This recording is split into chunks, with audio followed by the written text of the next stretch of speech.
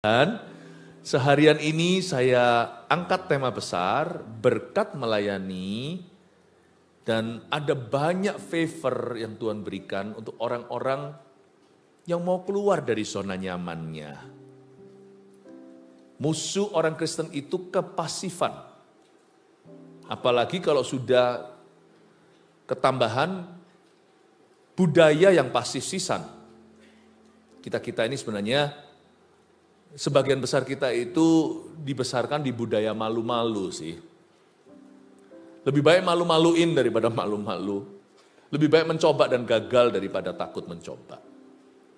Mau gak mau ada satu sifat manusia yang bisa menghalangi cara kerja Allah. Yaitu kalau kita itu takut-takut. Malu-malu, orang mikir apa. Kalau gitu kita kan takut sama manusia, bukan sama Allah. Saya dorong Anda semuanya, jangan ada di antara kita ragu-ragu lagi. Tuhan mau memakai kita di tahun kemenangan ini. Karena itu hari ini saya mau ngajari, kita keluar dari zona nyaman. Berkat pelayanan itu ada. Kalau saya bilang berkat nggak selalu melulu materi. Berkat itu sebenarnya in many ways penyertaan Allah. Oleh karena itu ibadah yang sudah lalu tadi munculkan semua menunya, masih sisa satu setelah ini. Ini ya firman-firman yang sudah dibagikan sekarang di ibadah keempat keluar untuk melayani dan mujizat terjadi. Ada sebuah kejadian yang sangat-sangat dahsyat di perjanjian lama, yaitu minyak seorang janda, dan saya mau jabarkan, saya mau operasi ini. Sama-sama kita buka 2 Raja-Raja pasal 4 ayat 1 sampai, ya kita lihatlah sampai ayat berapa, ayat 7 seharusnya. Minyak seorang janda, saya baca ya. Salah seorang dari istri-istri para nabi mengadukan halnya kepada Elisa sambil berseru, "Hambamu suamiku sudah mati, dan engkau ini tahu bahwa hambamu itu takut akan Tuhan. Tetapi sekarang penagih hutang sudah datang untuk mengambil kedua orang anakku menjadi budaknya." Kasihan. Jawab Elisa kepadanya, "Apakah yang dapatku perbuat bagimu? Beritahukanlah kepadaku apa-apa yang kau punya di rumah." Berkatalah perempuan itu, "Hambamu ini tidak mempunyai sesuatu apapun di rumah, kecuali sebuah buli-buli berisi minyak." Lalu berkatalah Elisa, "Pergilah, mintalah bejana-bejana dari luar, daripada segala tetanggamu, bejana-bejana kosong, tetapi jangan terlalu sedikit. Kemudian masuklah, tutuplah pintu sesudah engkau dan anak-anakmu masuk. Lalu tuanglah minyak itu ke dalam segala bejana, mana yang penuh, angkatlah. Pergilah perempuan itu daripadanya, ditutupnyalah pintu sesudah ia dan anak-anaknya masuk, dan anak-anaknya mendekatkan bejana-bejana kepadanya, sedangkan ia terus menuang. Ketika bejana-bejana itu sudah penuh, berkatalah perempuan itu kepada anaknya, 'Dekatkanlah kepadaku sebuah bejana lagi.' Tetapi jawabnya kepada ibunya, 'Tidak ada lagi bejana.' Lalu berhentilah minyak itu mengalir, kemudian pergilah perempuan itu memberitahukannya kepada abdi Allah, dan orang ini berkata, 'Pergilah, juallah minyak itu, bayarlah hutangmu, dan hiduplah dari lebihnya engkau serta anak-anakmu.'" Judulnya adalah keluar untuk melayani dan mujizat terjadi. Itu fokus kita. Sebenarnya ini cerita bukan tentang buli-buli minyak atau bejana. Ini cerita tentang seorang wanita yang gak keluar rumah. Tuhan bilang, "Kamu mau lihat mujizat? Keluar rumah." Alasannya suruh cari Gucci. Gucci itu bukan merek baju. Gucci di sini artinya gentong. Yang banyak disuruh minta dari tetangga-tetangganya. Pokoknya keluar rumah deh. Kamu keluar rumah beres. Ada penyakit-penyakit tertentu gak sembuh sebelum orang itu keluar dari rasa takutnya. Saya nggak mengajarkan untuk kita ceroboh, apalagi kalau zaman-zaman epidemi, apalagi pandemi. Di waktu kita harus berani, kita berani. Di waktu kita mawas diri, kita mawas diri. Tapi ada orang itu yang silang-silang. Pandemi sudah mari, tapi juga masih hidup dalam ketakutan. Kecuali kalau memang nggak enak badan. Ada orang yang masih terus dihantui dengan was-was. Nanti gitu, nanti gini. Jangan. Hidup itu yang penting, satu, percaya Tuhan. Dua, kita take care diri. Kita punya tujuan. Jangan hidup dalam ketakutan. Nanti gitu, nanti gini. Nggak usah terus ngeri sesuatu yang tidak tentu. Sekali lagi, bukan kita hidup sembrono, tapi kita perlu damai sejahtera. Jangan mau hidup dalam ketakutan. Ada lagi orang yang bukan takutan tentang kesehatan. Nanti kalau aku gagal gimana? Gagal gimana? Belum mencoba udah takut. Mau sekolah atau mau belajar sesuatu, nanti kalau aku udah bisa. Jangan hidup seperti itu, enggak enak, enggak nyaman. Ini cerita seorang wanita yang disuruh sama Nabi keluar rumah. Nah, saya tunjukkan sekarang, mari kita bahas ayat per ayat. Salah seorang dari istri-istri para nabi, berarti dia seorang istri nabi, mengadukan halnya kepada Elisa sambil berseru, tolong jangan lupa dia siapa. Tolong ingat statusnya. By the way, orang ini janda, tapi dia janda salah seorang nabi. Berarti dia ini istri hamba Tuhan. Ini keluarga hamba Tuhan. Coba kita simak, dia berseru apa? Sambil berseru, hambamu, suamiku sudah mati. Dan engkau ini tahu bahwa hambamu itu, are you ready? Takut akan Tuhan. Tetapi, nah ini takut akan Tuhan kok pakai tetapi, di sini ada PR yang belum terjadi, ada PR yang belum dilakukan. Hambamu itu seorang nabi, mendiang suami, takut akan Allah, tetapi sekarang penagih hutang sudah datang. Berarti nabi ini gak beres financially, secara keuangan. Tetapi hambamu itu, tapi sekarang penagih hutang sudah datang, mungkin zaman dulu sudah ada pinjol kali. Tetapi sekarang penagih hutang sudah datang untuk mengambil kedua orang anakku menjadi budaknya. Cilaka. Tanggungannya bukan lagi sertifikat tanah, sertifikat rumah, aset-aset, anak. Menurut saya ini lintah darat sih. Karena kalau memang mereka benar-benar zaman itu sama pemerintah Israel, kan ada hukum Taurat. Sesama umat pilihan Tuhan itu tidak boleh bahkan rampas baju kok ini mau rampas anak. Jadi menurut saya sih ada suatu kecerobohan besar terjadi.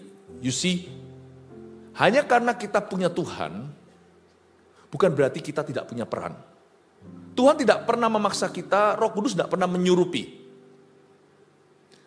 Tuhan itu mengajarkan, karena itu kalau mau ikut Tuhan bukan hanya dengan roh tapi juga dengan kebenaran. Jadi ada firman yang harus secara sengaja kita aplikasikan di setiap aspek hidup kita.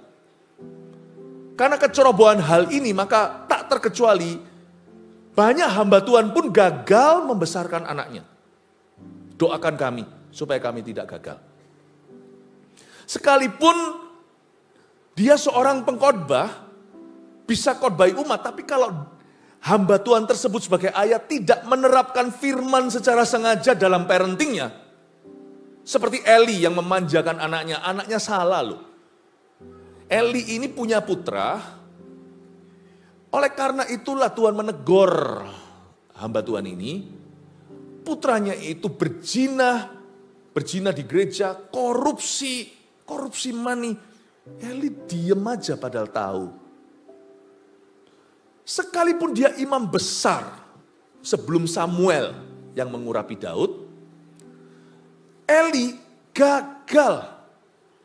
Karena dia melanggar hukum rohani yang harus dia terapkan dalam parenting. Karena dia tidak hidup sesuai kebenaran, ya otomatis akhirnya iblis bekerja, berkarya, dan akhirnya menjajah di area tersebut. Kali ini bukan soal parenting. Nabi tanpa nama, tanpa wajah ini meninggalkan istri yang masih hidup dan mewariskan hutang kepada istri dan anaknya. Berarti ada sesuatu yang sorong cara hamba Tuhan Nabi ini mengelola keuangannya. Tidak peduli kalau semuanya sana diurapi, seorang diurapi luar biasa. Tapi kalau terus-menerus makan jeroan, jangan mencobai Tuhan. Asam uratnya, Bapak Ibu. Kita tetap punya tanggung jawab menjaga kesehatan. Sekalipun kita mau olahraga, jaga makan, juga hidup mati di tangan Tuhan. Saya ngerti. Tapi dalam kesadaran kita tetap harus melakukan apa yang betul. Lakukan apa yang benar. Karena kalau orang itu hidup dalam kebenaran, arti simpelnya hidup dalam kebenaran itu apa? Lakukan yang benar. Jangan sengaja lakukan yang salah. Nggak sengaja pun kadang-kadang kita masih salah. Amin Bapak Ibu Saudara. Masuk akal? Berarti ada sesuatu yang tidak dilakukan oleh hamba Tuhan ini dalam hal keuangannya. Saya percaya dalam hal keuangan misalnya kalau kita kelola ada prinsip-prinsip kebenaran tidak boleh ditinggalkan. Kejujuran, ketransparanan. Itu hal-hal yang tetap kita harus jaga. Komunikasi antara suami dan istri misalnya kalau soal money, soal investasi, soal dunia kerja, soal bisnis nanti. Kalau Tuhan sudah memberimu satu perjanjian sesakral yang namanya marriage atau holy matrimony, jangan kau langgar. Sekalipun istrinya ibu rumah tangga bukan pebisnis, tetap keputusan keuangan keluarga harus diambil bersama. Banyak pria yang melanggar ini akhirnya jatuh ke berbagai macam persoalan yang tidak perlu terjadi. Karena sang laki-laki melanggar hukum rohani, bahwa wanita yang tahu taruh di samping atau di sisinya itu penopang yang sepadan. Bukan hanya penolong yang sepadan, dia juga rekan atau teman perjanjian yang mewarisi kehidupan yang sama dengan suaminya. Sekalipun suami seorang pebisnis, ibunya tidak tahu apa-apa soal bisnis. Tidak tahu apa-apa, tidak apa-apa soal bisnis, tapi paling tidak harus tahu dari Anda. Bukankah Anda suaminya? Karena hal-hal seperti ini terjadi, akhirnya ujung-ujungnya kalau kita kena masalah, kecentok nih, yang kita kecewai, yang kita masalahkan kan Tuhan. Kenapa Tuhan itu? Kenapa Tuhan izinkan? Loh, gimana toh? Orang bahasa Ibrani Jawa Tengahnya piye toh? Tuhan dilanggar terus Tuhan yang dimarahi. Gimana sih? Jadi kita harus bertumbuh dalam pengenalan akan Allah. Kita harus bertumbuh dalam pengetahuan. Supaya kita itu jangan jadi domba yang tidak berpengalaman. Jangan sampai kita menjadi orang-orang Kristen yang dungu karena pilihan. You have to know God's will. In order for you to be blessed and to be a blessing, apalagi untuk menjadi berkat, kita harus tahu kehendak Allah. Jangan peta buta. Kita harus tahu what is right and what is wrong, apa yang betul, apa yang salah. Salah satu hal lagi soal keuangan yang saya terapkan dalam kehidupan saya adalah whatever happens, apapun yang terjadi, I'll choose to be a giver. Aku selalu memilih untuk memberi, saya tidak akan mengeluh. Saya punya satu komitmen yang saya ajarkan kepada anak-anak saya, yaitu apapun terjadi, kita semua selalu bisa memberi kepada Tuhan dalam suka maupun duka, miskin maupun kaya, bisa memberi dari kelebihan maupun kekurangan. Saya rasa ada sesuatu yang bolong banget di hidupan hamba Tuhan ini soal money.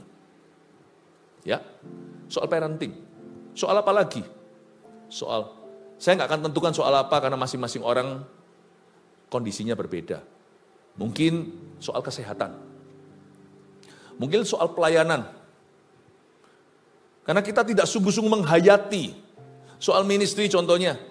Nah kita nggak persiapan, pelayanan kita asal-asalan. Jangan heran kalau lihat orang lain bertumbuh ministrinya disertai urapan. Tapi pelayanan kita minim atau defisit pengurapan.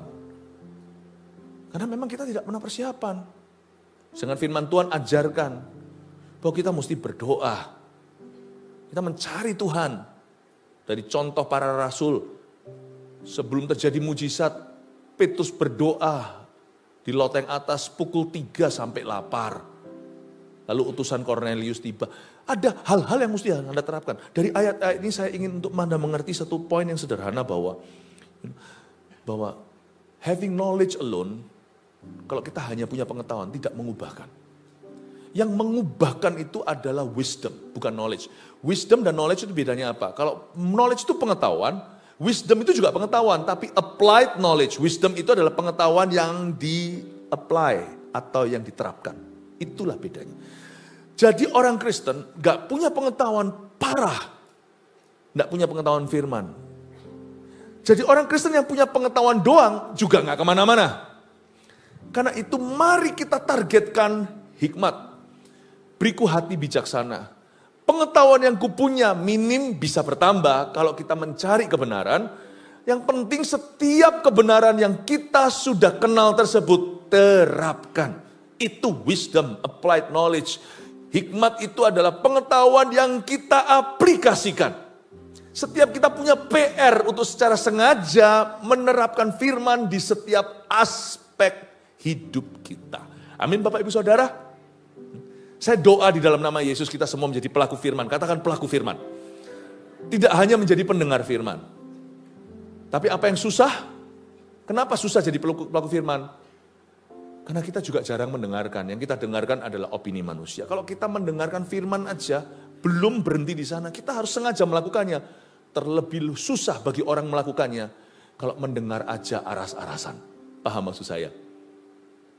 Tiap pagi saya mempertajam telinga saya, lebih tepatnya Tuhan mempertajam telingaku seperti kata-kata Yesaya. Untuk mendengar seperti seorang murid supaya nanti alhasil THT-nya jalan, telinga, hidung, tenggorokan. Supaya apa yang ku dengar akan muncul di lidah. Tuhan memberiku lidah seorang murid supaya dengan perkataanku aku memperkuat, aku meneguhkan, menguatkan orang-orang yang patah semangat. Saya dorong di dalam nama Yesus jemaat ini di tahun 2025. Rahasia kemenangan terletak di sini. Terletak di telinga dulu. Harus mendengarkan dulu. Komitmen kita akan menjadi pelaku firman. Waktu saya baca ini, saya worry. Ini menjelaskan why. Misalnya pelayanan seseorang itu sangat-sangat diurapi, tetapi nanti anak-anaknya semua kepahitan. Kadang-kadang kita kayak gitu kan, pikiran kita yang awam seperti apa? Kita mikir, kenapa ya? Orang itu dekat sama Tuhan, but why ya? Kenapa kok keluarganya berantakan? Lalu akhirnya kita berkata, ngapain dekat sama Tuhan? Bukan. Ada firman-firman yang sama orang itu sengaja diabaikan. Dan dia gak sungguh-sungguh menerapkannya. Dalam pelayanan dia sungguh-sungguh, tapi di dalam parentingnya dia asal-asalan. Ya gak heran. Kita punya PR dari Tuhan, jangan lihat orang lain. Tapi adakah firman yang selama ini kita bengkelaikan? Mari kita kerjakan PR kita itu. Tuhan, aku mau supaya Engkau ajari aku bertumbuh di dalam setiap aspek kehidupan saya. Tahun ini saya mau menang, Tuhan. Apalagi di area-area yang senantiasa saya kalah. Ada orang yang mungkin secara financially, secara pekerjaan diberkati. Tetapi di dalam area ini dia selalu gagal soal mengampuni. Susah banget gitu loh ngampuni. Sehingga lihat ya, sekalipun dia diberkati, tapi clash kanan kiri, clash terus. Ya mungkin dia secara kerja menerapkan firman, tapi tidak diterapkan untuk hubungan. Orangnya susah sekali untuk menerima kelemahan atau kekurangan. Selalu perfeksionis. Ayat-ayat tertentu itu sepertinya di blacklist dari hidupnya. Misalnya ayat-ayat seperti ini, ya, bagaimana orang lain, sebagaimana Tuhan mengampunimu, ampuni orang lain dulu. Itu kita tawar, kok enak? Ya dia harus berubah dulu baru gue ampuni. Nah ada ayat-ayat yang sama dia tolak. Karena itu Tuhan tidak bisa berkati area itu.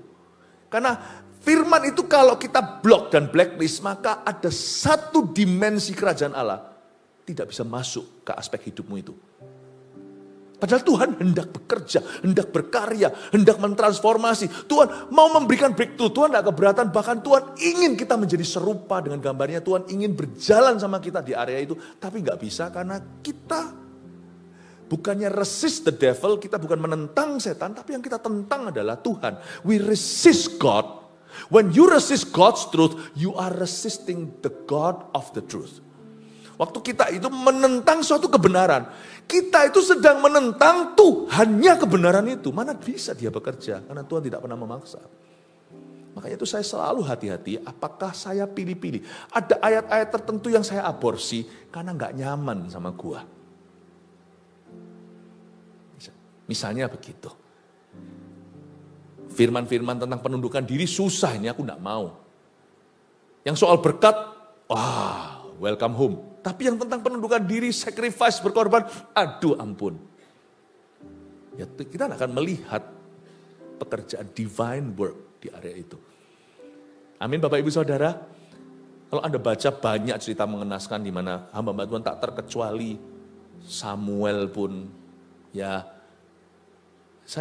Kita enggak boleh lupa ini hamba Tuhan, ini nabi malahan.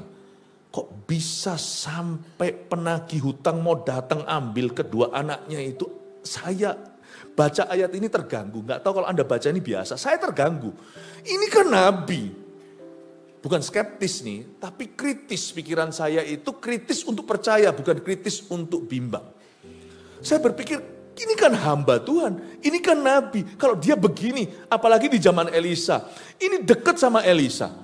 Dia bisa begini, aduh kita kan bisa pesimis, apalagi aku.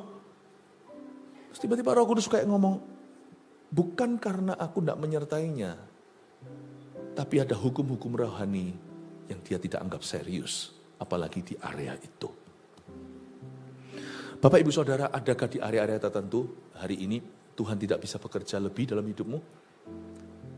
Please surrender to Him. Because only goodness and mercy yang akan terjadi, sungguhan saya janji. Kalau Anda terbuka ya, mungkin ada bagian-bagian tertentu Anda harus berubah. Tetapi kalau Anda terbuka ya, akan ada kebajikan kemurahan itu ngikutimu di area itu. Easy is not the name of the game. Gampang atau mudah mungkin nggak terjadi. Tetapi pasti ada glory. Pasti ada apa? Glory. Ya, saya doa. Oke, cukup.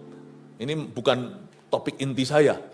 Saya tambahkan aja kok rasa seperti Roh Kudus banyak bicara ke area ini. Oh, ada lagi misalnya anak-anak muda nih. Saya lihat beberapa anak-anak muda. Kenapa kok bisa WL, bisa apa, bahkan bisa ngadakan, bisa menangkan teman-temannya, tapi hamil sebelum nikah. Gak peduli kalau sana adalah Elia. Ada hukum rohani yang harus kau akui. Jangan pacaran di remang-remang dah. 2 orang sendirian di kamar, no itu visa tidak akan di-granted. Orang tua harus larang anak-anak kalau misalnya pacarnya ada di rumah, misalnya no, not the room. Kamar itu. Nah, kalau dilanggar, nggak peduli kalau itu orang itu sekali berasul Paulus. Kau langgar itu sekali mungkin luput, 2 kali luput, not 3 kali my friend. Pasti jatuh. Karena itu jangan sampai kita kira kalau kita berbuah di satu area, lalu kita bisa ceroboh di area lain, gampang lah. No. Kalau Alkitab berkata waspadalah dan berjaga-jagalah, itu bukan berarti hidup dalam ketakutan.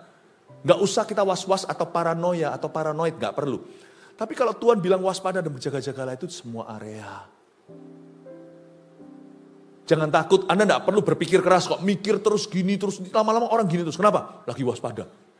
Kenapa? Lagi berjaga-jaga, ngawur Itu kamu sedang diperbudak sama ketakutan. Saya nggak selalu tiap hari mikir-mikir gitu, enggak. Cuman saya nggak tawar-tawar. Kalau saya sama Tuhan tuh buka buku tuh buka sungguhan, bukan. Kalau sama Tuhan tuh sungguhan saya itu I surrender all, itu sungguhan. I surrender all itu all. All to thee my blessed Savior, aku berserah pada Yesus Juru Selamat, aku sungguh berserah. Kalau sama Tuhan tuh saya gitu, buka semua, Lord, you are welcome mau kerja di area apapun di hidupku. Lihatlah apakah hatiku serong. Ujilah dan cobalah aku. Kenali pikiranku dari jauh. Kau tahu waktu aku duduk, waktu aku berdiri. I surrender all. Lihatlah apakah ada jalanku yang serong. Cek dan recheck setiap aspek.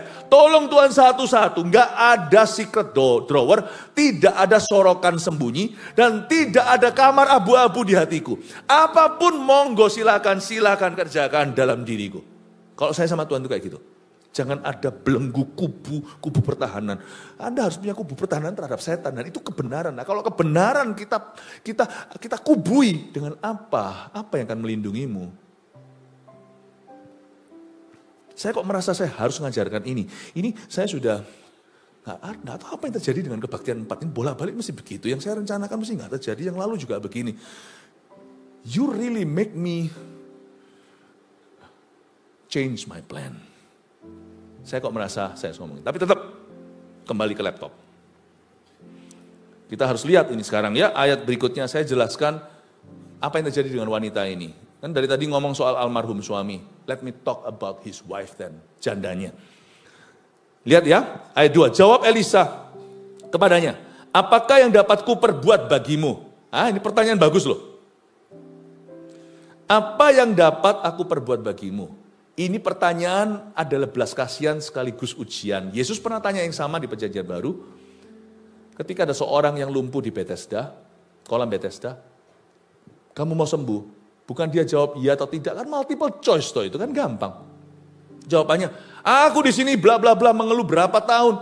Setiap kali ada goncangan air malaikat tiba, aku nggak bisa masuk, selalu didahului karena aku memang apes. Orang buta nggak kelihatan, hari ini natap, besok malaikat datang lagi, dia cemplung. Orang tuli, lihat goyang-goyang, nggak dengar suara airnya, dia langsung lompat, nggak ada resiko paling basah. Aku sudah tahu, dengar, lihat bisa jelas, tapi kakiku nggak ada. Jadi aku ke sana itu tolong dong. Semua orang langsung gerudukan, masuk dulu di situ, ngeluh, hehehe. Saya pernah melihat orang yatim piatu sungguhan dan tidak punya roh seperti seorang yatim piatu. Penuh kasih. Bahkan di beberapa tempat, jangan jauh-jauh yang dihandle sama MSP, anak-anak keluarga. Mereka itu sungguh-sungguh anak-anaknya GMS dari kecil. Ya, di rumah keluarga. Anda kalau ketemu mereka ya pede, maksudnya percaya diri bukan persekutuan doa. Wah, Anda kalau tanya, mau nggak ini? Mau. Orangnya itu sungguh-sungguh percaya diri, tapi ada orang itu susah ditolong. Ada tipe orang itu susah ditolong karena dia punya mentalitas. Itu perbudakan. Susah ditolong. Ini Yesus mau tolong orang ini, malah ngeluh, aku gini gitu. Aduh, kamu mau sembuh nggak sih? Udah gitu aja. Saya rasa orang tertentu mau diberkati 7 kali 70 kali akan kembali jatuh. Ada orang tertentu dibelas kasihani sampai kapanpun akan merasa dirinya kasihan. Ada orang tertentu itu seperti jurang yang menganga, lu masukin berapapun dia gak pernah akan tertutup. Ada orang tertentu kalau kita belas kasihani, harusnya kan penuh kasih kalau seluruh dunia membelas kasihani dia. Kan harusnya dia bukan kurang kasih, pasti dia jadi surplus kasih. Tapi semakin dikasihani, semakin menjadi-jadi, semakin mengasihani diri. Dan dia tunjukkan ke semua orang betapa kasihannya dia dan dia patut layak mendapat belas kasihan. Come on help me, come on give me money, come on pray for me, come on. Itu yang saya sebut. Roh seperti yatim piatu sungguhan. Mendingan jadi yatim piatu sungguhan tapi percaya diri. Daripada orang yang punya orang tuanya lengkap papa mama tapi hatinya itu selalu kurang. Selalu ngeluh. Menurut saya yang perlu berubah itu untuk nolong orang gini susah. Untuk mengubah orang begini itu yang perlu diubah adalah dia, dirinya. Perubahan harus dari dalam. Orang seperti ini kalau langsung mentah-mentah sama Tuhan kasih mujizat, nyok gitu langsung, atau misalnya langsung kasih minyak.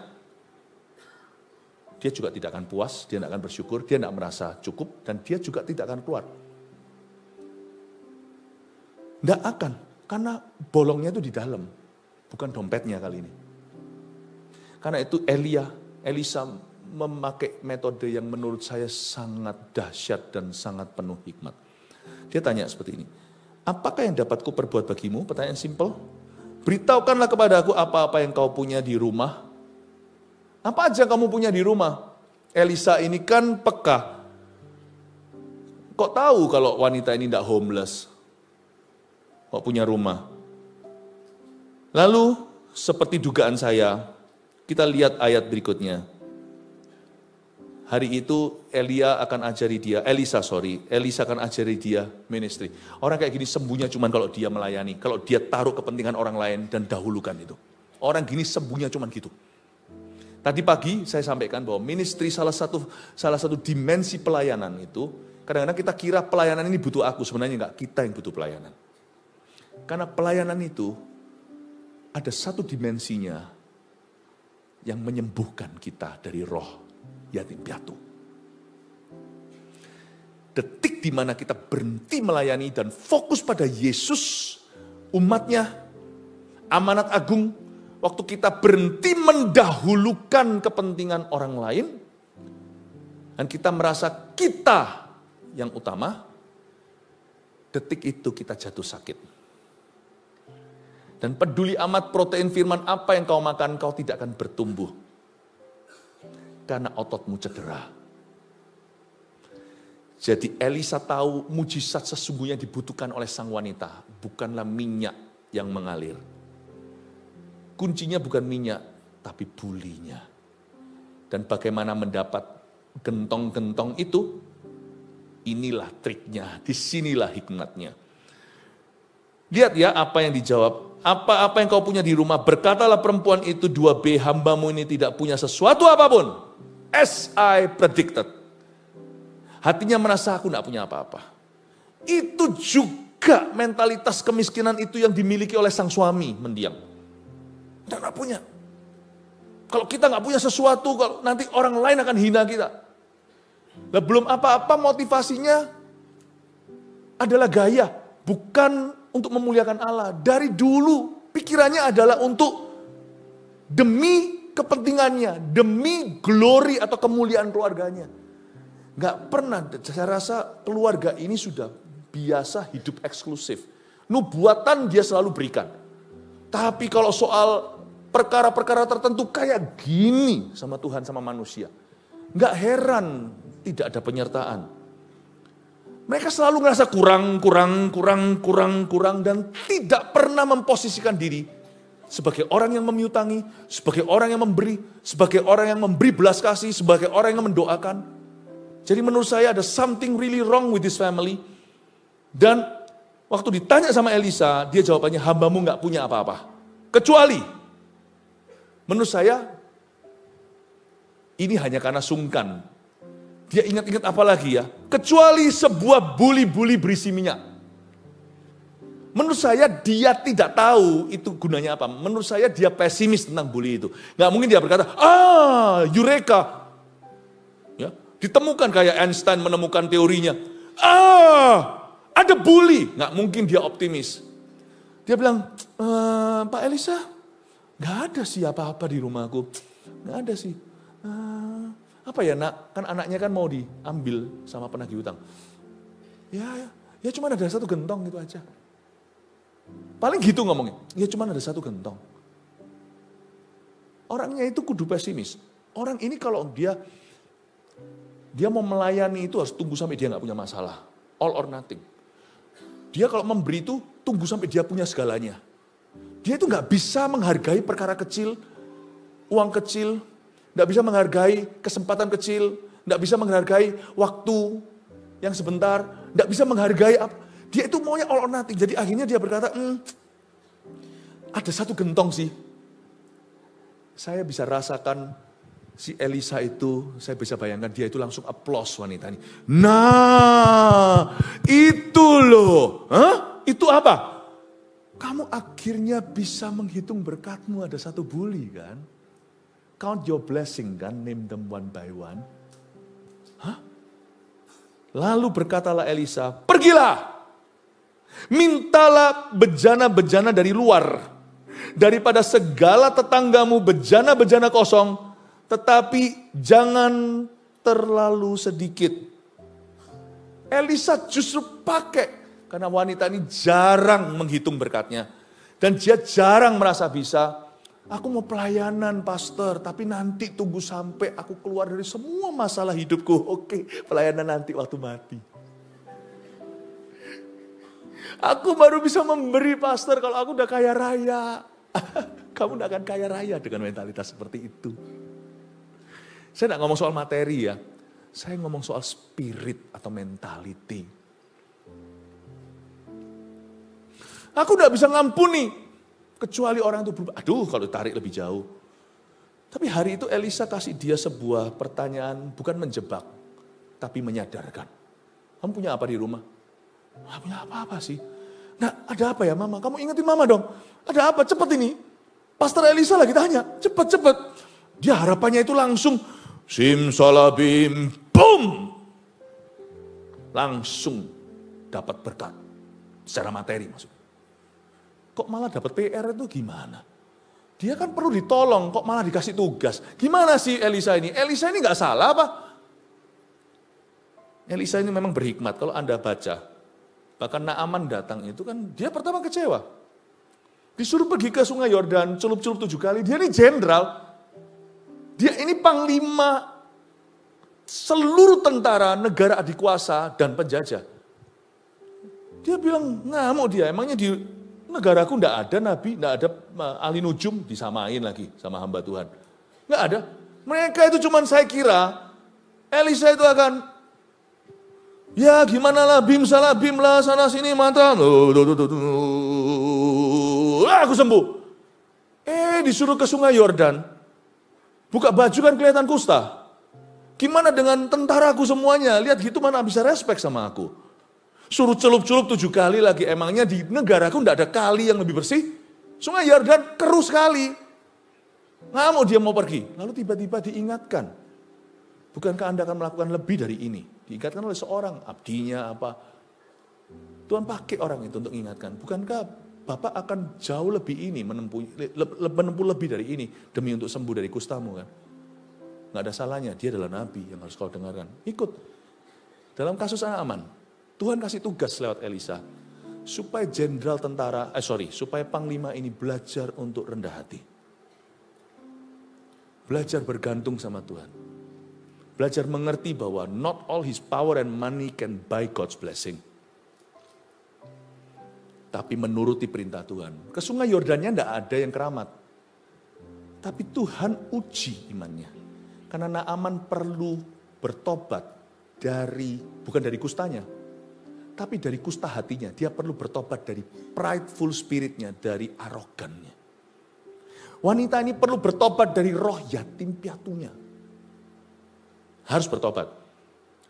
Makanya diberitahu sama Elisa, kamu pergi ya, minta bejana dari luar. Kadang gue pikir, saya kan kadang tuh pikir, Elisa ini kok bertele-tele, tapi menurut saya malah justru orang ini, bahasa Ibraninya jamipol.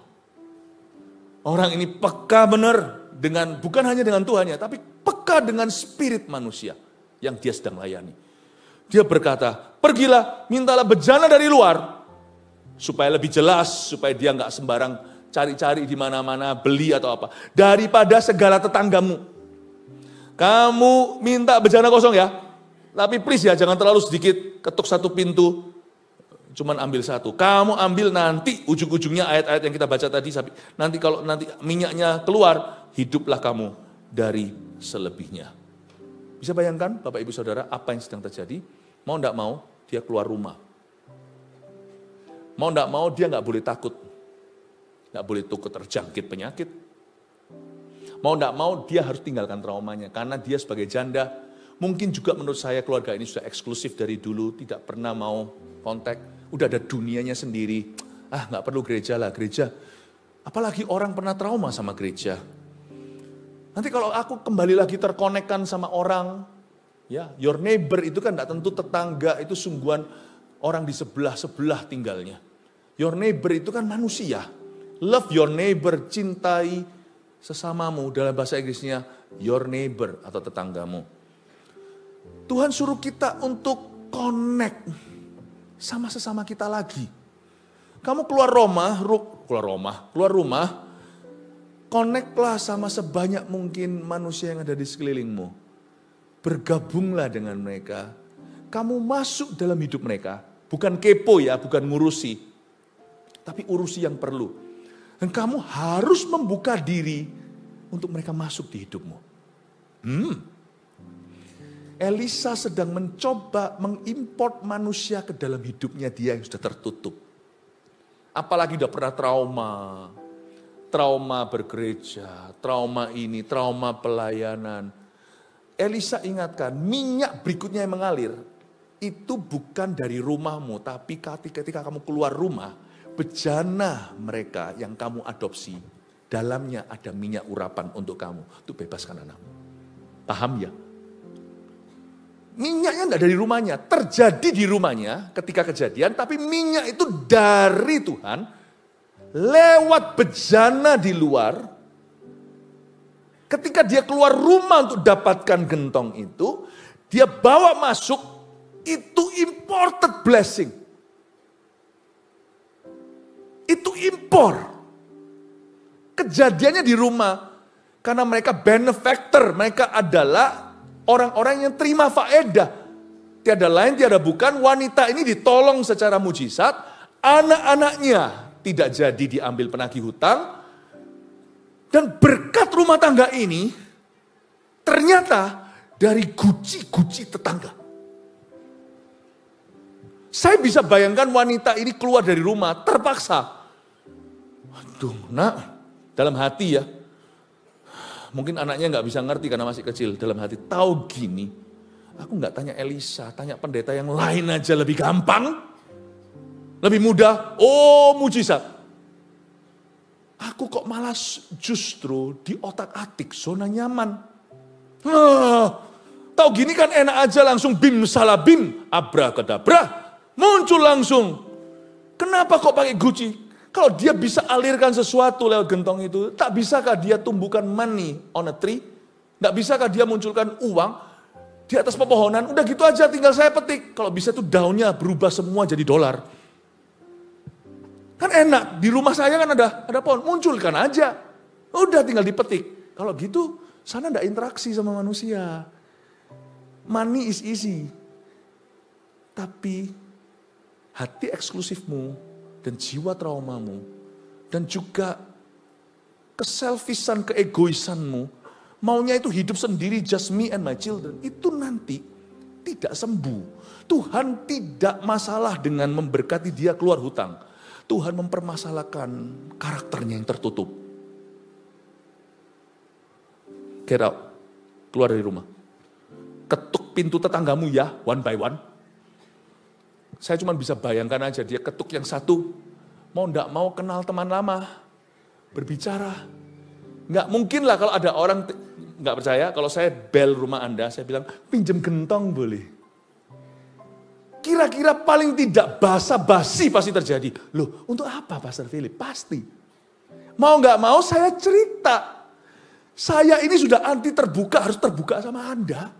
Misalnya, aduh ini banyak orang jadi ngurusi hidupku. Kenapa sih nggak bisa? Aku ini cuma hidup untuk diri sendiri. Apalagi tetangga yang sebelah satu, yang ini oke sih taci ini. Yang sebelah sana itu aku nggak suka. Di CG ketemu, oh, yang ini sih favoritku. Yang ini kalau bisa, aku blok dia. Ketemu lagi tapi, satu atap. Bukan rumahmu, rumah Allah. Tuhan itu misterius ya, kenapa dia bekerja gitu? I don't know. Sungguhan. Anda tidak bisa lari dari panggilan. Anda harus konfrontasi your fear. Rasa takutmu. Dan Tuhan tidak mau Anda hidup egois. Karena itu ada satu titik Tuhan akan menolak visimu. Kalau visimu itu tidak berkenaan dengan kerajaan Allah yang lebih besar. Tuhan pasti akan tolak. Saya bukan orang yang terus cerewet ngomong soal visi. Karena saya tahu itu menyembuhkan. Makanya saya akan beri ke jemaat. Kalau saya jahat, saya kasih Anda permen. Permen itu enak loh. Coba kasih anak-anak permen sebanyak mungkin. Semakin Anda kasih mereka manis-manis, semakin sugar rush. Tidak sugar rush. Manis itu minuman tertentu saya tidak bisa sebut mereknya. Tapi kalau Anda minum itu, Anda semakin haus. Meskipun sesaat Anda lega, rasanya legawa. Tapi setelah itu Anda kecanduan, mau lagi. Satu kaleng lagi. Karena itu membuat Anda jadi adiktif. Jadi kepingin lagi. Kalau saya jahat, saya kasih Anda manis-manis. Anda akan addicted to me. Anda akan kecanduan sama saya, tapi Anda akan rusak. Tapi karena saya mau jadi orang tua rohani yang baik, saya kasih Anda brokoli. Anak saya dulu kecilnya lihat, apa ini? Pohon Mohon ya. Bahasa Yunaninya brongkol itu loh. Nah saya kasih Anda bayam. Daging juga kasih. Tapi saya nggak ambil. Nggak kasih lemaknya. Saya kasih proteinnya. Saya kasih ikan. Ya. Saya kasih ikan. Ikan itu perlu. Zaman dulu papa mama, om tante kalau tanya, oh ya makan, minum apapun. Ikannya apa hari ini? Nggak ngerti ya, lauknya apa itu bahasa dulu itu ikannya apa. Jadi semua orang makan ikan. Ya, ikannya apa? Oh ikannya hari ini, ikannya ini. Saya kasih Anda ikan. So saya tahu ini menyembuhkan. I know this makes us sane. Ini membuat kita waras. Sesungguhnya hari ini, kalau sampai Tuhan cabut ini dari hidup saya yang tidak waras dulu. Saya masih ingat zaman itu, waktu saya disembuhkan Tuhan. Saya ini stres berat waktu saya umur 18, 16. Sampai satu titik di ujung-ujung sebelum saya kelepasan. Saya itu tidak bisa lihat wajah saya sendiri di cermin. Kacaunya saya sebagai anak muda dulu. Tuhan selamatkan saya itu dari bunuh diri, umur 18 tahun. Anda mungkin tidak tahu cerita pastormu. Makanya rambut saya awut-awutan, please jangan lihat foto saya di umur-umur itu. Saya nggak bisa sisiran. Karena saya nggak bisa lihat wajah saya sendiri, begitu hancurnya iblis menghancurkan gambar diriku. Sampai kalau saya lihat itu, saya lihat seperti saya melihat binatang-binatang buas. Ini kejadian sungguhan. Dan Tuhan lepaskan saya. Apa yang membuat saya hari pertama langsung waras, Tuhan berkata, I will use you. Aku akan memakai, I will use you. Dengan itu saya hidup 33 tahun. Bukan dalam kewarasan saja, tapi dalam kemuliaan. Doa berikutnya doa paling berkuasa di dunia adalah ini. 3 kata. Selamatkan aku Tuhan. Salvation, the greatest. Keselamatan terbesar. Doa kedua yang paling dahsyat, yang membuat semua setan takut. Berkati aku, gak dahsyat sama sekali. Soalnya berhala juga terima doa gitu. Pesugihan namanya. Use me Lord, pakai aku Tuhan. Itu doa membuat semua neraka lari jauh. Dan mengundang seluruh malaikat Allah. Kalau saya tidak ajarkan ini, saya jahat. Ya. Makanya gereja ini bukan untuk semua orang. Welcome semua orang, tidak semua orang. Gereja mula-mula itu disegani oleh semua. Mereka disegani oleh semua, ditakuti oleh banyak orang tidak berani bergabung. Coba baca Kisah Para Rasul. Namun jumlah mereka tiap hari, bukan tiap bulan, bukan tiap minggu, ditambahkan orang-orang yang bertobat. Aneh.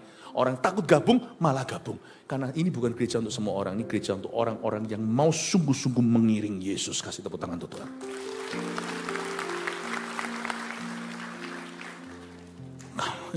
Mintalah bencana dari luar daripada segala tetanggamu. Mau tidak mau dia open up. Dan mau tidak mau, misalnya saya nggak perlu kasih dramanya. Saya bisa bayangkan aja, gini aja lah, masuk dalam imajinasi saya. Kalau dia datang ke rumah ketika tetangganya gegeran suami istri gimana? Ting nong. Kalau yang buka pintu, kalau gegeran dia pasti udah. Next door aja, rumah berikutnya. Nggak mau ngurusin. Tapi kalau gucinya nggak cukup, dia pikir ini nggak cukup. Orang itu kalau desperado nggak tahu malu. Pasti dibel juga. Coba kalau orang mau pinjam uang, nggak peduli sana tidur kan. Nggak peduli sana ibadah kan. Tapi kalau dia tahu dia butuh, dia pasti bel. Tapi misalnya dia lewatkan pintu, nggak apa-apa.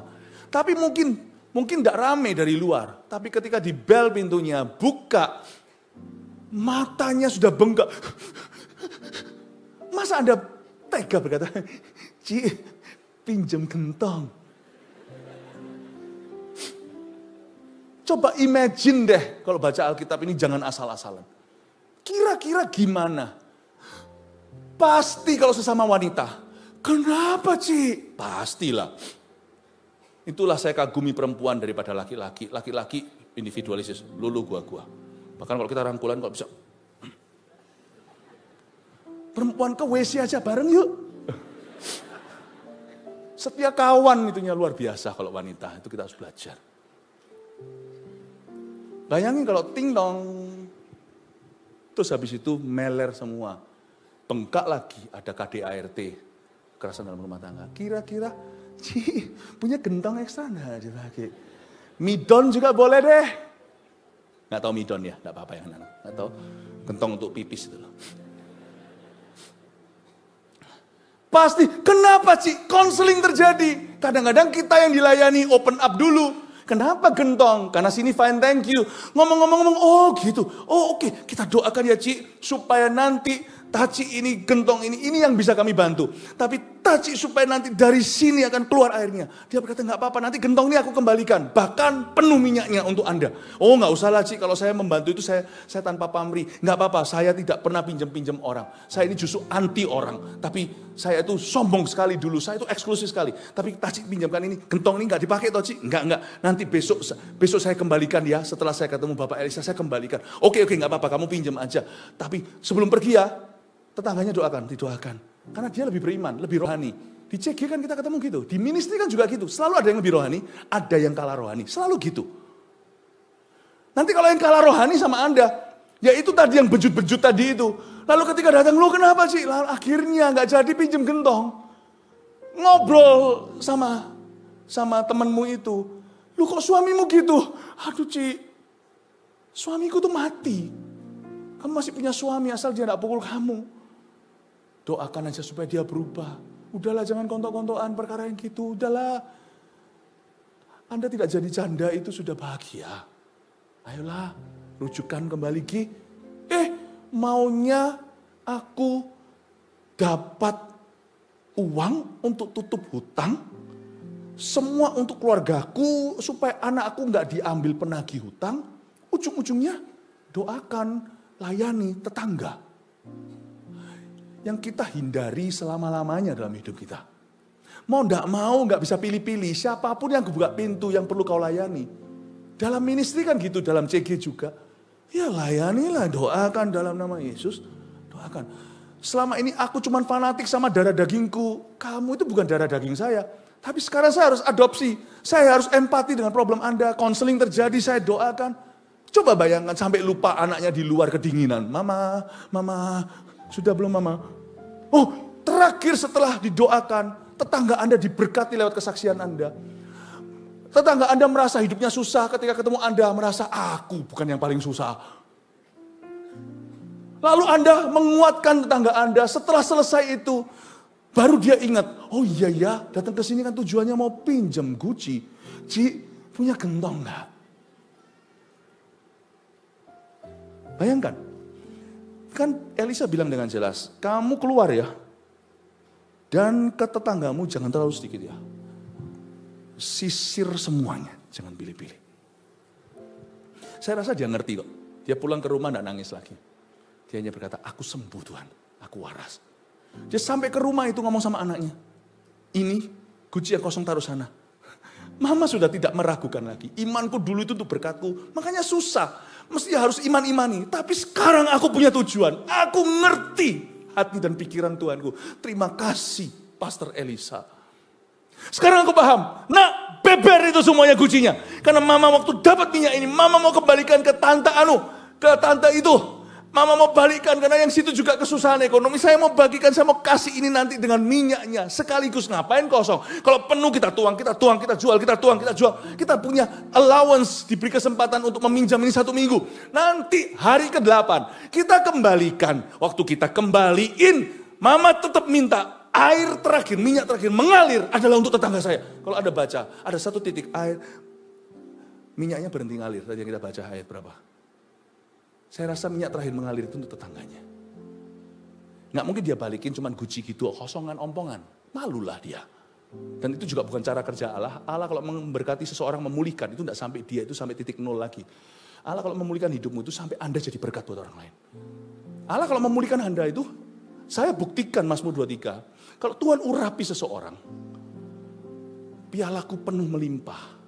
Itu tumpah seperti orang kalau menikah itu loh, tumpahkan champagne-nya, minumannya, itu sampai tumpah ke gelas-gelas bawah. Tuhan itu kalau mau benar-benar memberi makan 1 anak kecil, 5 roti 2 ikan, itu sekalian 5.000 makan buffet penuh. That's not my God. meskipun tidak ditulis di Alkitab, imajinasi jalan. Menurut saya tidak mengubah makna firman ini, malah membuat indah. Guci terakhir dibalikin satu-satu ke sana. Udah jangan berantem kok sama istrinya. Ini loh, semoga ini membantu di masa ekonomi ini. Wow, suddenly a victim, seorang korban. Jadi seorang juru selamat dengan J huruf kecil, Tuhan yang J huruf besar. Tiba-tiba seorang yang victim, yatim piatu, hatinya maksudnya, berubah menjadi seorang yang dipakai oleh Tuhan. Dari korban, dia berubah menjadi lebih dari pemenang. Tuhan tidak pernah suruh kita jadi pemenang. Tuhan suruh kita lebih dari pemenang. Lebihnya untuk siapa? Saya ngerti sekarang. Ia terus menuang sampai satu titik cukup untuk kami. Kami hidup dari lebihnya. Guci kembali. Kan disuruh pinjam kan? Mintalah itu bejana. You borrow from them. Pasti dikembaliin. Saya yakin itu yang Tuhan inginkan. Bapak ibu saudara, keluar dari goamu. Urapanmu tidak ada di hidupmu. Hey, sorry to say. Hey, urapanmu berikutnya akan menolongmu, yang mengangkatmu. Itu tidak ada di hidupmu. Sorry ya, tidak ada di hidup. Itu ada di tetanggamu. Ketika kau menolong dan ditolong mereka. Itu ada di tetanggamu. Makanya menurut saya, bukan CG yang butuh kita. Kita yang butuh CG. Karena kalau tanpa itu gereja kita hanya konserto, cuma di depan saja. Tapi CG membuat kita berinteraksi seperti istri Nabi ini dengan tetangganya. Disitulah kita bisa amalkan kasih dari dekat. Peluru minyak ini bukan misail jauh. Pelurunya ini peluru dekat kepada tetanggamu. Bapak ibu saudara, saya dorong Anda. Kalau Anda hari ini belum ikut pelayanan, terlibat yuk. Ada banyak lowongan pelayanan di gereja kita, bukan kita adakan supaya ada-adaan, kita adakan memang kebutuhan, karena kita mau melayani lebih banyak lagi jiwa-jiwa kemudian hari yang percaya katakan amin. Dan yang belum bergabung dengan CG, saya dorong Anda, ayo keluar dari rumahmu, ada minyak yang baru. Katakan kanan kirinya, keluar dari rumahmu, ada minyak baru. Tak lama lalu ada satu jemaat yang tidak mau keluar rumah, akhirnya jadi menurun memorinya alias pikun, badannya juga sakit-sakitan, susah jalan. Saya ketemu dengan keluarganya, anggota keluarganya. Lalu di video, saya videokan dan beritahu, ayo Pak, keluar rumah. Keluar rumah, karena sudah tidak mau ketemu orang, tidak mau keluar rumah. Tidak apa-apa pensiun, tapi kalau pensiun itu membuatmu menutup diri. Pensiun itu bisa dari posisi, tetapi tidak boleh dari interaksi. Hidup itu tetap harus bersinggungan dengan tetangga. Dan jangan bersinggungan dengan tetangga dalam arti dalam kuasa gelap, tetapi di dalam Tuhan. Dan setelah saya ngomong gitu, saya dapat kabar indah sekali dari anaknya. Papa udah keluar rumah, kasih foto, ngobrol-ngobrol. Ada banyak orang itu akan sembuh sendiri kalau keluar rumah. Anda cari bolak-balik kasur, ranjang, lemari, nggak ketemu urapan berikutnya untuk dirimu. Urapan berikutnya dalam hidup Anda itu nggak ada di rumahmu. Urapan berikutnya di dalam hidupmu itu akan ada dari bejana-bejana tetangga yang kau isi, yang kau penuhkan. Amin Bapak Ibu Saudara. Saya mau tanya di sini siapa yang sudah ikut CG angkat tangan. Siapa sudah anggota tetap CG angkat tangan. Oh iya kan, betul sekali rumornya. Timur ini CG member CG People kita banyak sekali. Dengar-dengar malah lebih banyak dari barat. Oke, sekarang ya, jangan malu ya. Saya tidak suruh Anda maju ke depan kok, tidak boleh GR. Depan ini sakral, jangan takut, aku suruh maju. Enggak, orang bisa maju itu kan seperti ketemu presiden di atas segala presiden, seperti ketemu Tuhan Yesus. Oke, saya tidak suruh maju nih. Tapi siapa di sini yang belum ber-CG bisa angkat tangan? Oh, saya kira mau angkat tangan, ternyata garu-garu, alis. Enggak apa-apa, ayo siapa? Jangan malu. Sebentar, oke ada, terima kasih pengakuannya. Siapa lagi? Ada lagi? Atas. Ya oke, jangan kerjain mata saya. Mata saya ini sudah kecil gini, nggak bisa. Tolong angkat tangan yang jelas. Angkat tangan. Ya oke, puji Tuhan. Kasih tepuk tangan untuk mereka semuanya. Welcome home. Mari kita semua bangkit berdiri. Saya dorong ya, yang mau ikut CG ya, nanti bukan altar call, nanti ke welcome lounge, meskipun Anda sudah jadi jemaat di sini mungkin berminggu bahkan berbulan, Di sana aja, sudah pasti nggak akan tersesat. Datang ke situ beritahu aku mau ikut CG, pasti akan diarahkan. Ayo ke sana ya, apalagi yang masih baru pertama kali. Saya dorong Anda semuanya keluar dari zona nyaman, libatkan diri, belajar membuka dirimu untuk umat Allah. Amin Bapak Ibu. Lah satu lagi, yang ini tidak hanya hari ini, karena booth-nya terbatas, Servolution namanya. Rekrutmen untuk ministry bagi orang-orang yang sudah ber-CG dan juga sudah ikut MSC, My Spiritual Journey, 1, 2 dan berikutnya sesuai dengan kriterianya. Ini bukan persyaratan, MSC itu sebagai perlengkapan. Kalau Anda sudah di dalam CG dan Anda merasa bertumbuh, puji Tuhan. Nah, saya rasa kita masih punya waktu kok. Kalau memang Anda merasa Anda punya talenta tertentu di dalam pelayanan dan itu cocok dengan pelayanan-pelayanan yang membutuhkan volunteer, beri diri yuk. Aku bisa. Seperti teman-teman yang sudah memprakarsai ini. Ini semua banyak volunteer. Saya tanya ya, volunteer ya? Semua saya enggak lihat di office kalau di gereja gitu ya. Kerjanya apa?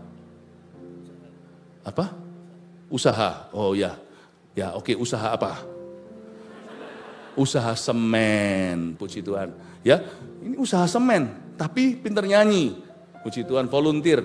Meskipun tetap bayar harga kan, tetap ada kasih waktu, kan latihan kan, masa di sini tuh semua tiba-tiba nggak apa-apa, nanti kita nge-flow guys, enggak kan ada latihannya ya, tapi nyesel nggak melayani, nggak, ya kan di atas, nggak semua, jangan bilang di atas ini lebih mudah, malah lebih grogi, justru pelayanan yang sangat nyaman itu yang justru di balik layar, itu sungguhan, kita bisa melayani itu sebagai pengabdian pada Tuhan, pencobaannya nggak seperti orang yang di depan sini yang harus dilihat ya, dilihat orang ya, contohnya lagi, pegang kamera. Rambut kok bisa tebel gitu tuh gimana? Saya mau tebelin rambut saya jadi seperti burning bush seperti semak belukar. Ya oke, enggak apa-apa. Nah di balik kamera ini volunteernya. Jangan kau kira yang live streaming ya bahwa kamera ini terbang. Ini ada tangan yang memegangnya. Kerjanya apa? Toko. Oke, toko. Pokoknya toko ya. Ya udah, dia punya toko ya. Ini volunteer kan, sukarelawan. Dulu juga servo ya. Ya, terus diterima. Kenapa kok dulu main kamera? Memang dari kecil memang suka foto-foto gitu. Oh, tokonya kamera memang. Sesuai ya. Sesuai. Puji Tuhan, thank you loh untuk pelayanannya. Terima kasih banyak ya. Nanti kita ngobrol rambutnya kok bisa begitu tebal. Oh, siapa lagi? Ada banyak. SM ya hari ini ya. Toko apa? Online shop. Oke, kita nggak mungkin beritahu dagangannya, nggak ada endorsement di sini ya. Cuman online shop. Semoga laku jualannya ya. Ya, asal yang jual halal pastilah. Puji Tuhan, haleluya. Jadi hari ini tugas berapa kali? 2 kali kebaktian tadi atau nanti malam? Oh nanti malam lagi, wah luar biasa, saya pulang sana masih tugas ya, puji Tuhan, haleluya. Kerja seperti ini sukacita enggak maksudnya kerja untuk Tuhan? Ya, di CG pasti kan pasti harus CG dulu, harus MSC, tetapi kayak seolah-olah ini enggak, too much enggak, sudah CG, sudah MSC, terus habis itu masih pelayanan begini segalanya, apakah jadi merasa keberatan atau jadi beban? Enggak ya, enggak jadi beban. Apa sukacitanya melayani? Enggak apa-apa ya, saya yang terjemahkan ya. Saya cuma baca tidak bibirnya. Tapi benar kok, saya tidak khotbahkan khotbah yang lain, ya kan? Apa yang kau katakan saya sampaikan jemaat. Sukacitanya apa? Bisa menjadi berkat buat anak-anak CG. Seneng enggak kalau kelihatan orang altar, kalau maju ke depan sekalipun bukan pendoanya, lihat orang-orang diubahkan. Seneng ya? Puji Tuhan. Kasih tepuk tangan untuk teman-teman semuanya. Servolution ada apps-nya. Anda bisa nanti ke sana sendiri. Atau di booth-nya terbatas di sini, tapi Anda bisa beri diri. Karena Servolution ini, rekrutmen adalah untuk jemaat yang sudah tertanam. Karena di gereja kita tidak bisa semerta-merta orang datang langsung melayani. Tapi harus terlebih dahulu cinta jemaat. Kenapa saya tidak bisa sembarang kasih ministry kami kepada orang-orang? Saya harus pastikan dulu that they love you. That they love you. Karena kita semua ini kan babysitternya Tuhan, termasuk saya. Kita harus terjelas-jelas nyata, we love God's people di sini. Baru boleh pegang susu, baru boleh pegang peralatan masaknya, baru boleh pegang ini dan itu. Jadi bersyukur untuk orang-orang ini. Dan if you love this church and love God's people yang terus diubahkan, ayo ada banyak lowongan yang membutuhkan Anda di bulan Servolution ini. Mari kita melayani Tuhan. Praise the Lord. Amin. Haleluya. Kasih tepuk tangan untuk Tuhan. Udah, saya selesai. Nggak ada altar call, jadi waktunya singkat kok ya. Nah, coba sekarang yang tadi belum bergabung di CG.